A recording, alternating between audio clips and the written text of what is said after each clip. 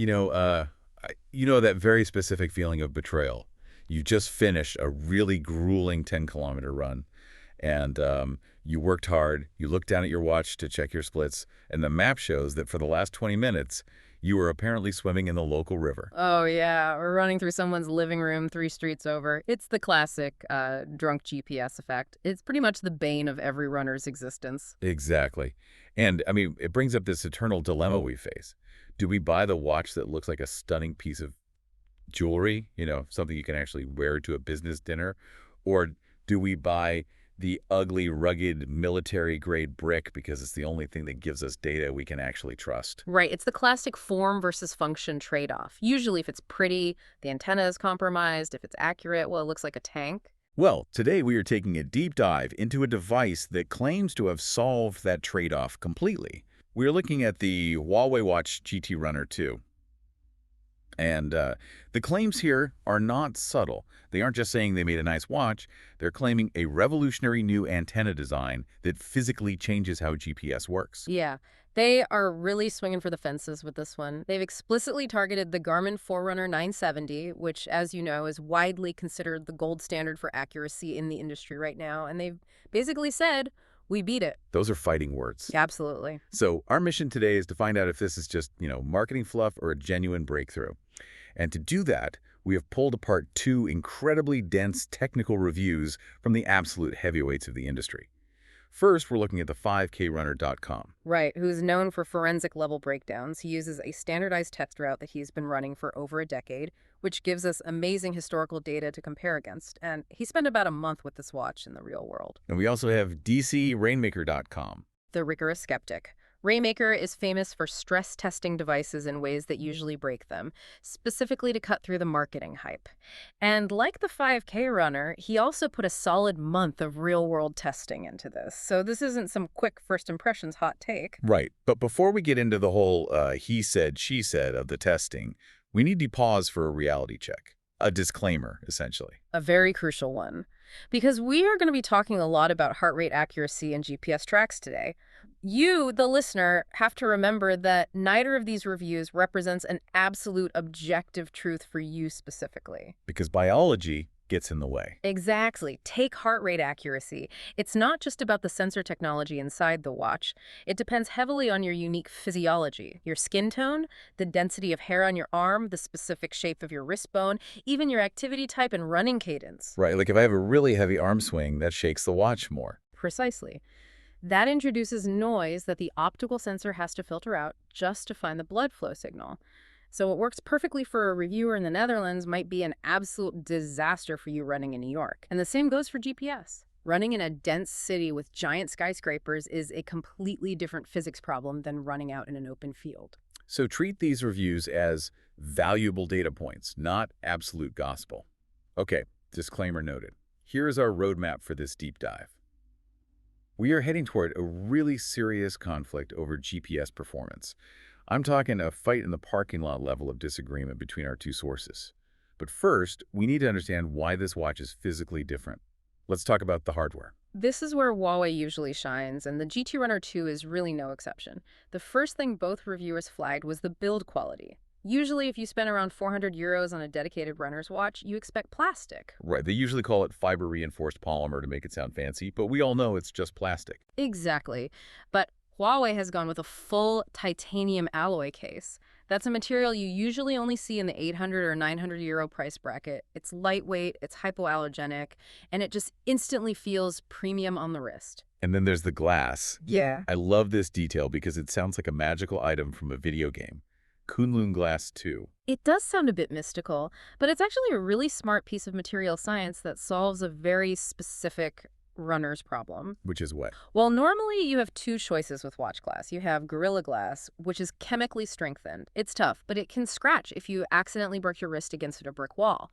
Or you step up to sapphire crystal. Sapphire is virtually scratch-proof. You can literally take a key to it, but it's brittle. Brittle meaning it shatters easily. Yes. If you're a trail runner and you trip and smack a sapphire watch directly on a sharp rock, it can shatter. Kunlun Glass 2 is trying to be the Goldilocks solution.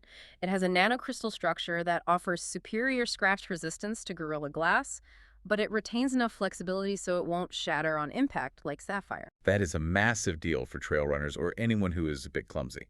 Huge. But the real story here isn't the glass, it's the bezel. This dielectric bezel antenna. I've read the term a few times now, and I still need you to break it down. What does dielectric actually mean in this context? Basically, in the simplest terms, it means it doesn't conduct electricity in the way a traditional copper wire does, but it can support an electrostatic field. But let's forget the physics lab definition for a second. Think about how a normal GPS watch works.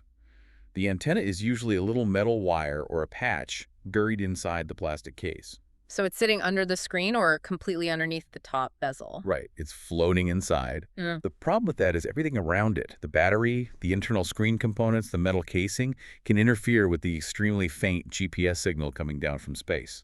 So Huawei did something totally radical here. They moved the antenna to the outside. The bezel is the antenna. An actual metal ring that I can touch with my finger. Yes. If you look closely at the GT Runner 2, you'll see a tiny 1 millimeter colored ring separating the main watch case from the top bezel. That's not just a racing stripe for style points. That is an isolation ring. It electrically separates the bezel so it can act as a dedicated external receiver. Okay, but why does having the antenna on the outside actually help? Doesn't my arm and body block the signal anyway as I swing it? It helps immensely with polarization. This is the key concept. Satellite signals spin as they travel down from space. They have a specific polarization. By having two antennas, one buried inside the case and this new one exposed entirely on the bezel, Huawei claims they can catch that spinning signal from multiple angles simultaneously. Oh, it's like having two ears instead of one. You can locate where the sound is coming from much better. That's a perfect analogy. They claim the spatial diversity allows them to hold onto a signal in places where traditional floating antennas just drop it completely. And that brings us right to the drama, because they took this revolutionary dual antenna design out into the real world, and our two reviewers had very, very different experiences. Different is definitely putting it mildly. Let's start with DCRainmaker. He's our resident skeptic. But he went into this actually wanting to believe the hype. He saw the technical slides. He saw the direct comparison to the Garmin 970. He did, but when he took it out for his standard runs, the data he got back was brutal. He found that in open skies, we're talking easy conditions, suburban streets, absolutely no skyscrapers around, the GT Runner 2 was drifting significantly. Define drifting.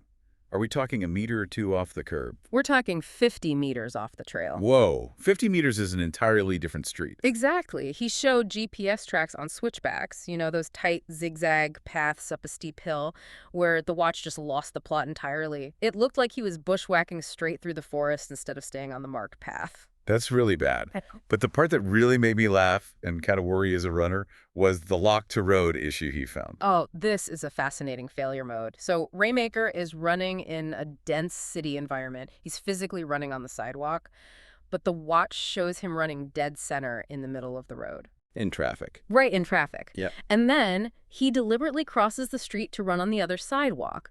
But the line on the GPS map just stays glued to the center line of the road. So the watch is just straight up lying to him. The software is overcompensating. It knows the raw GPS signal it's getting is fuzzy, so the algorithm steps in and says, well, humans usually run on roads, and I see a road on my internal map data right here, so I'm just going to artificially snap his location to the street. That is terrible for anyone training seriously. If I'm running a specific pace interval and the watch snaps me to a road that is fundamentally shorter or longer than the actual path I ran, my pace data is complete junk. Exactly. It suggests that the raw accuracy of that revolutionary new antenna wasn't trustworthy enough on its own, so the software aggressively tried to fix it and ended up making it worse. For Rainmaker, it completely failed the gold standard test. So case closed then. It's a flop. You would think so. But then we open the review from the 5K runner, and this is exactly why we look at multiple independent sources.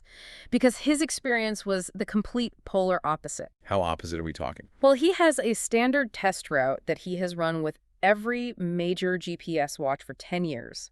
On that exact route, the Huawei Watch GT Runner 2 scored a 90% accuracy rating. Is 90% considered good for that route? It's the second highest score he has ever recorded in a decade. Wait. Let me get this straight. One guy says it's drifting 50 meters into the woods and snapping him into oncoming traffic, and the other guy says it's nearly the most accurate device in history. How do we reconcile those two things? It all comes down to the testing environment. The 5K runner specifically praised its performance in urban canyons. That's running right next to massive skyscrapers. Yes. In those specific environments, GPS signals bounce wildly off the glass buildings. It's a phenomenon called multipath error. The signal hits a building, bounces, then hits your watch. The watch thinks the satellite is further away than it is because the signal took longer to arrive.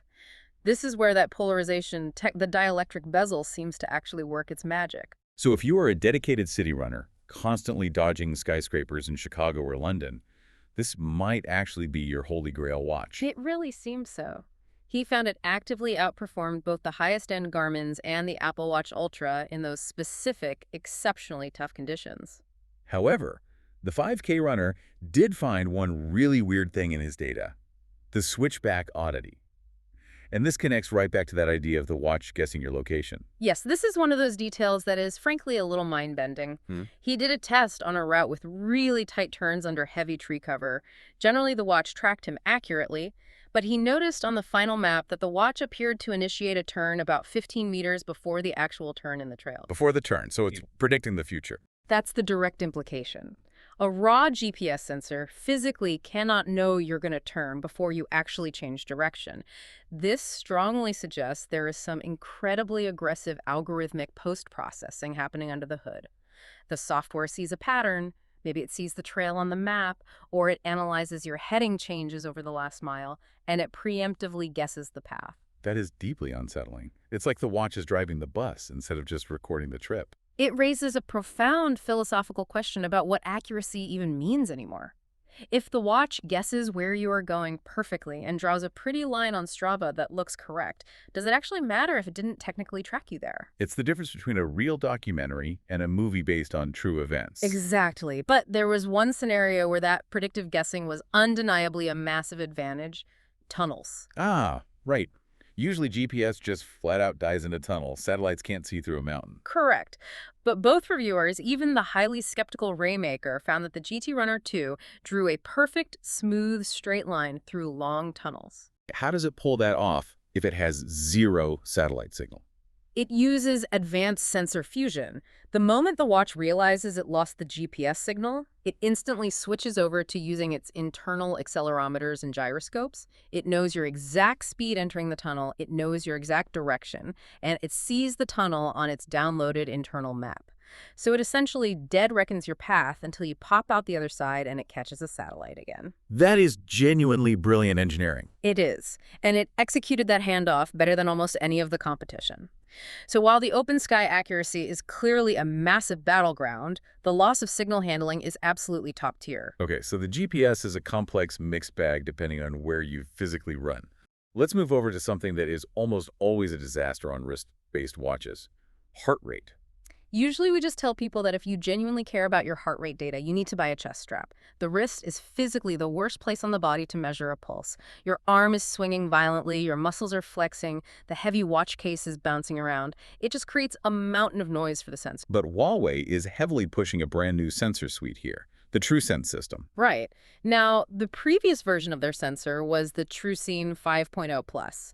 That claimed an accuracy of plus or minus 10 beats per minute. Which is a huge range. If I'm running at 160 beats per minute and the watch says 170, that's an entirely different training zone. That's the difference between an easy aerobic effort and a brutal anaerobic threshold. Exactly. But this new TruSense architecture claims a staggering plus or minus 5 beats per minute accuracy. That is a very, very confident engineering claim to make. Did it actually hold up in testing? Surprisingly, yes. This is the one area where our two very different reviewers held hands and completely agreed. DCRainmaker, who obviously hated the GPS performance, simply stated, "Good job on heart rate." He tracked it rigorously against dedicated chest straps during harsh intervals and steady runs, and it consistently held the line. And the 5K runner went even further with his praise. He really did. He explicitly called it the first wrist-based heart rate sensor worth training with without a chest strap. That is massive praise coming from him. It is. Now, we do have to immediately refer back to our disclaimer from the intro. He qualified that bold statement by saying it was true for his specific physiology. But for a reviewer who has personally tested hundreds of sports watches to say he'd confidently leave the chest strap at home, that is a monumental win for Huawei. There is a catch, though, right? Don't take it swimming. There is always a catch. Water physically refracts the light coming out of the optical sensors, which messes with the readings. The 5K runner noted it still fails pretty hard in the pool, but for dryland running, it really seems they've finally cracked the code on filtering out that cadence movement noise. So let's take stock of where we are. We have hardware that feels like a luxury Swiss item. We have an optical heart rate sensor that rivals an ECG chest strap. We have GPS that is brilliant in dense cities, but weirdly predictive and drifty in the open suburbs. It sounds like a serious contender. It does, until you actually try to use the software ecosystem. Ah, the classic Achilles heel. Both reviewers found the overall software experience significantly lacking. And to be clear, it's not the watch interface itself swiping around the screen is actually quite snappy. It's the broader ecosystem. Specifically, the companion app you have to use on your smartphone. The 5K runner called it cluttered and poorly localized. Give me a concrete example of what that actually means for a user. The localization issues are almost charming if they weren't so deeply confusing. For example, in the app, if you want to join a virtual structured gym class, it's labeled prominently as a course. Like a university course or a golf course. Exactly. It's just totally non-standard terminology. It feels like a direct, literal translation that didn't go through a cultural check for Western runners. It makes the entire app feel slightly foreign and clunky to navigate. And then there are the walled garden connectivity issues. Yes, massive connectivity walls. Let's take music, for example. Spotify. Let me guess. No offline Spotify syncing support. None whatsoever. If you want music on your long run without carrying your phone, you have to manually drag and drop MP3 files over a cable like it's 2005, or you have to use their specific partnership with Tidal. Tidal. I mean, that is extremely niche for a global running watch. It is. And then there's the whole data export nightmare. If you are a serious recreational runner, you probably live your life on Strava, or you use TrainingPeaks with a coach. My coach absolutely lives on TrainingPeaks. If the data doesn't auto-upload there, the run essentially didn't happen. Well, bad news. The direct TrainingPeaks import just doesn't exist natively. You have to jump through ridiculous third-party hoops to get your files over. And the Strava syncing was repeatedly described as unreliable. For a serious athlete, that daily friction is usually a hard deal breaker. You don't want to spend 20 minutes fiddling with FIT files on your laptop after an exhausting 2-hour run. However, they are clearly trying to court that serious runner demographic with some unique on-watch features. Let's talk about marathon mode. This is actually a very clever, thoughtful addition. It's a dedicated activity mode that acts as a real-time smart pacer. It tracks your current progress against your ultimate goal time. But here's the really smart part. It gives you dynamic hydration reminders based on distance covered or elapsed time. That is incredibly useful. It is so easy to forget to drink your gels and water at mile 18 when the physical brain fog sets in. It is a lifesaver. They also built in a running ability index and dynamic lactate threshold tracking. Although I should note, the 5K runner hit a weird software bug where manually entering his known threshold data didn't actually force the watch to update his custom training zones. A classic software bug. It really feels like the hardware engineering team is miles ahead of the software development team here. That is a very accurate assessment of the entire watch. The hardware is relentlessly pushing boundaries. In fact, there is one more major hardware first we haven't even mentioned yet. Bluetooth 6.0. Wait, this is the first sports watch to ship with Bluetooth 6.0 globally. It is indeed. Does that actually get me anything useful today, or is it just a spec sheet flex for the marketing department? Right now, it's mostly a flex, but the new protocol allows for something called precision finding. It offers literal centimeter-level location precision between connected devices. So if I lose the watch deep in the couch cushions? Your phone could theoretically guide you to the exact cushion.